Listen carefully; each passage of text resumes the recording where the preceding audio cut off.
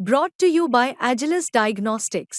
Health test की बात आती है तो मैं भरोसा करता हूँ India largest diagnostics company Agilus Diagnostics. खुद को टेस्ट करते रहो। मराठा नेत्यांनीच मराठ्यांची वाट लावलेली आहे। तर खरं तर जरांगे पाटलांनी उमेदवार उभे केले पाहिजेत मराठ्यांचे आणि मुख्यमंत्रीच त्यांनी झालं पाहिजे आणि मराठ्यांना ओबीसी मधून आरक्षण दिलं पाहिजे। मराठा नेत्यांनीच मराठ्यांची वाट लावलेली आहे, म्हणून आमची भूमिका आहे की जे आमचं हक्काचं आरक्षण होतं ईडब्ल्यूएसचं ते सुद्धा आज गेलेलं आहे। आम्हाला तर ओबीसी मधूनच आरक्षण पाहिजे, परंतु जोपर्यंत ओबीसी मधून आरक्षण मिळणार नाही तोपर्यंत आमचं जे हक्काचं ईडब्ल्यूएसचं आरक्षण आहे ते तात्काळ सरकारनं चालू केलं पाहिजे, ही आमची प्रामुख्यानं मागणी आहे।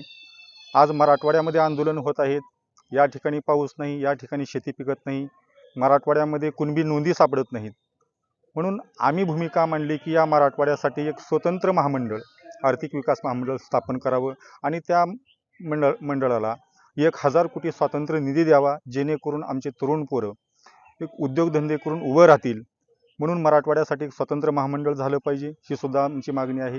दुसरं आहे की शेतकरी आज संकटामध्ये आहे, सोयाबीनला भाव नाही, दुधाला दर नाही, तर शेतकऱ्यांच्या आत्महत्या वाढलेल्या आहेत, तरी सरसगट शेतकऱ्यांची कर्जमाफी झाली पाहिजे, यासाठी आम्ही हा दौरा काढलेला आहे आणि ह्या मागण्या मान्य झाल्याशिवाय आम्ही पाठीमागे हटणार नाही। ही तात्काळ सरकारनं आता निवडणुकीच्या पूर्वी आचारसंहिता लागायच्या अगोदर निर्णय घ्यावा, अन्यथा या महाराष्ट्रामध्ये एकही कुठल्याही पक्षाचा असो, मग ते राष्ट्रवादी असेल, काँग्रेस असेल, शिवसेना असेल, बीजेपी असेल, या नेत्यांना आम्ही ठोकून काढल्याशिवाय राहणार नाही, ही आमची भूमिका अखिल भारतीय छावा संघटनेची आहे।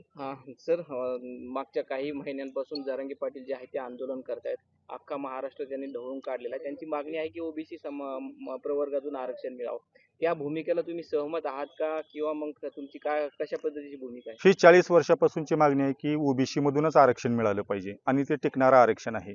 मग ते सरकारचं काम आहे की ओबीसीची टक्केवारी वाढवून घ्यायचं का कसं द्यायचं, परंतु त्या आज आरक्षणाचा लाभ आमच्या पोरांना होत नाही, कुठलंही सरकार देत नाही।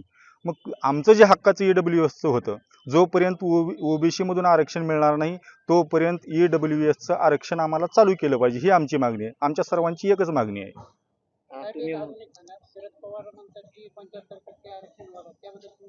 75% वाटोळं मराठा समाजाचं ही मराठ्यांच्याच पुढाऱ्यांनी केलेलं आहे। मग शरद पवार असतील, विलासराव देशमुख असतील किंवा पृथ्वीराज चव्हाण असतील, या जेवढे मराठा आमदार झाले, खासदार झाले, मंत्री झाले, खरी वाट लावण्याचं काम मराठ्यांच्याच पुढाऱ्यांनी केलेलं आहे।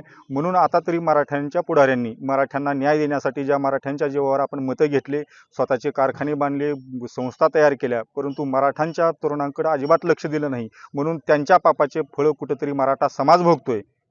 म्हणून या पुढच्या काळामध्ये इतरांना दोष न देता ही मराठ्यांचेच पुढारी गचांडीला धरून आम्ही ठोकल्याशिवाय राहणार नाही। मराठ्यांचा आता तरी विचार करा, आज आमचे पोरं शिक्षण घेऊन आत्महत्या करत आहेत, आमचे मायबाप शेतामध्ये कष्ट करून ते आत्महत्या करत आहेत, मग मराठ्यांनी करायचं काय? इतर सर्वसामान्य जाती धर्माचा मराठा आरक्षणाला पाठिंबा असताना अजून 2-4 काही इतर समाजामधले 2-4 नेते मराठा समाजाच्या विरोधात बोंबलतात, परंतु सर्वसामान्य मराठा समाजाच्या सोबत 18 पगड जातीतील मावळे आमच्या सोबत आहेत। मराठ्यांना आरक्षण मिळणार नाही तोपर्यंत आम्ही मराठ्यांच्या खांद्याला खांदा देऊन लढू, अशी त्यांची भावना आहे आणि या सर्वांना सोबत घेऊन जे छत्रपती शिवाजी महाराजांच्या विचाराला घेऊन चालणारी मावळे आहेत ते आमच्या सोबत आहेत। आम्ही आरक्षण मिळवून दाखवू, आमची आरक्षणाची लढाई चालू आहे, जिंकल्याशिवाय ही लढाई थांबणार नाही।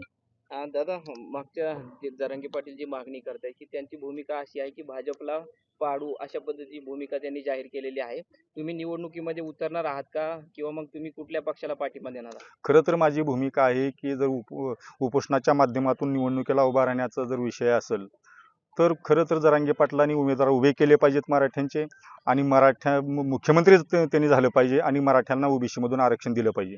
कोण वाटतंय तुम्हाला मुख्यमंत्री कोण? जरांगे पाटलांनी मुख्यमंत्री व्हावं आणि मराठा समाजाला आरक्षण द्यावं। अखिल भारतीय छावा संघटनेचा जय हो।